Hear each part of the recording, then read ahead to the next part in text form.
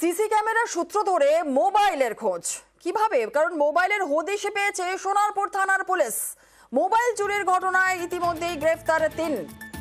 CC ক্যামেরার সূত্র, আপনাদের যে ছবি দেখাচ্ছি সিসি ক্যামেরার ফুটেজ, সেই সিসি ক্যামেরার সূত্র ধরেই মোবাইলের খোঁজ পায় পুলিশ। সোনারপুর থানার পুলিশ মোবাইলের হদিশ পায়। মোবাইল চুরির ঘটনায় ইতিমধ্যেই গ্রেফতার করা হয়েছে 3 জনকে। তো অর্পণের কাছ থেকে জেনে নেব ঠিক কি ঘটনা, কতগুলো মোবাইল চুরি হয়েছিল বা ঠিক কি বিস্তারিত বলবে অর্পণ আমাদের সঙ্গে রয়েছে। অর্পণ, এখন দেখো, সোনারপুর থানার রাজপুর এলাকা থেকে 5ই মার্চ একটি দোকানে চুরি হয়। সেখানে প্রায় 80টিরও বেশি দামি মোবাইল সেখান থেকে চুরি হয়ে যায়।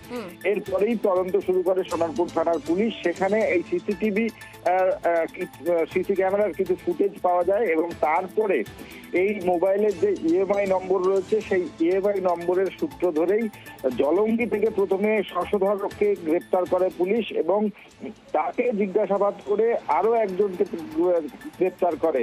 এই জলঙ্গি এলাকারই নাইমুর রহমান বলে একজনকে গ্রেপ্তার করে এবং তাদের কাছ থেকে উদ্ধার হয় এই চুরি যাওয়া বেশ কিছু মোবাইল।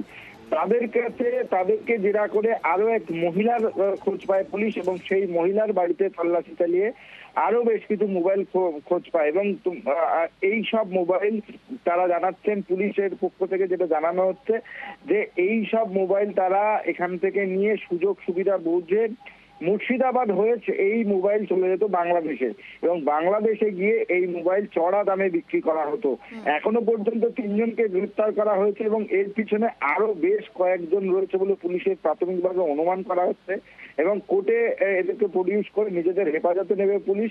এই মোবাইল যে চুরির চক্রের যে আরো বেশ কিছু পান্ডা রয়েছে তাদেরকে গ্রেপ্তার করা করবে এমনটাই পুলিশি তদন্তে উঠে এসেছে এবং এই মোবাইলের চুরির চক্রের পিছনে বড় কিছু মাথা তারাও এই পশ্চিমবঙ্গে কাজ করছে এমনটাই মনে করছে পুলিশ।